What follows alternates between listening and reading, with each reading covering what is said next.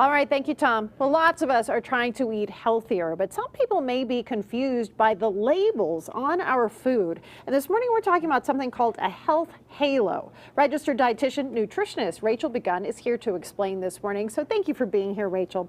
So tell us, what is this health halo?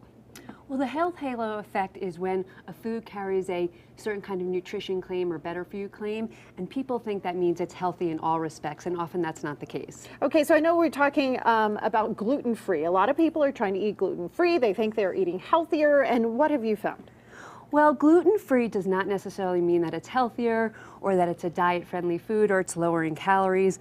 Oftentimes, gluten-free foods actually can have more fat, sugar, and calories than the original, and this is a perfect example.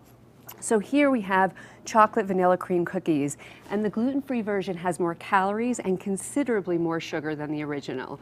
Wow. Yeah, so you can't always judge something by the gluten-free label. It doesn't necessarily mean that it's healthier. And what about organic? I know a lot of people spend significantly more money to get organic. Of course, pesticide-free, there are benefits, but what is your point here? So organic is excellent, as you mentioned, if you want to support foods that are free from antibiotics, hormones, pesticides, that kind of thing.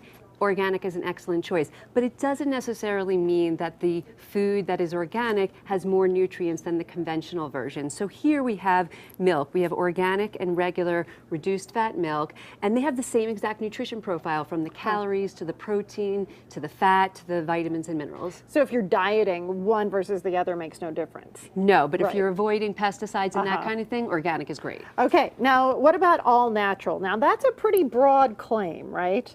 Yes, actually FDA has not established a definition for natural, so that means it's very much abused and overused on nutrition panels and products. And so basically what we see with natural is oftentimes a food will use that word to draw the customer in. So here we have this oatmeal square, and it draws you in by saying it's made with 100% natural oats.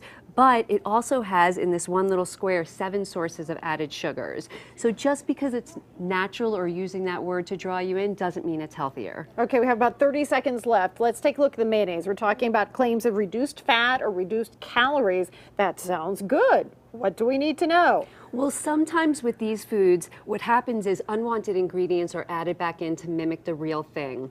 So here what we have is mayonnaise. We have a light version compared to the regular version. Now the light version does have much lower calories and fat, and that's a great thing, but it also has 56% more sodium per serving, and it has additives and preservatives that the original did not have. Wow, this is all really good information. So you were telling me the end result here, we need to read our labels and not just read something that says natural and think, oh, I'm good. It's a diet food, because it might not be, right? Exactly right. You have to read the ingredient statements. Okay, thanks so much, Rachel. We appreciate it. Back over to you, Tom.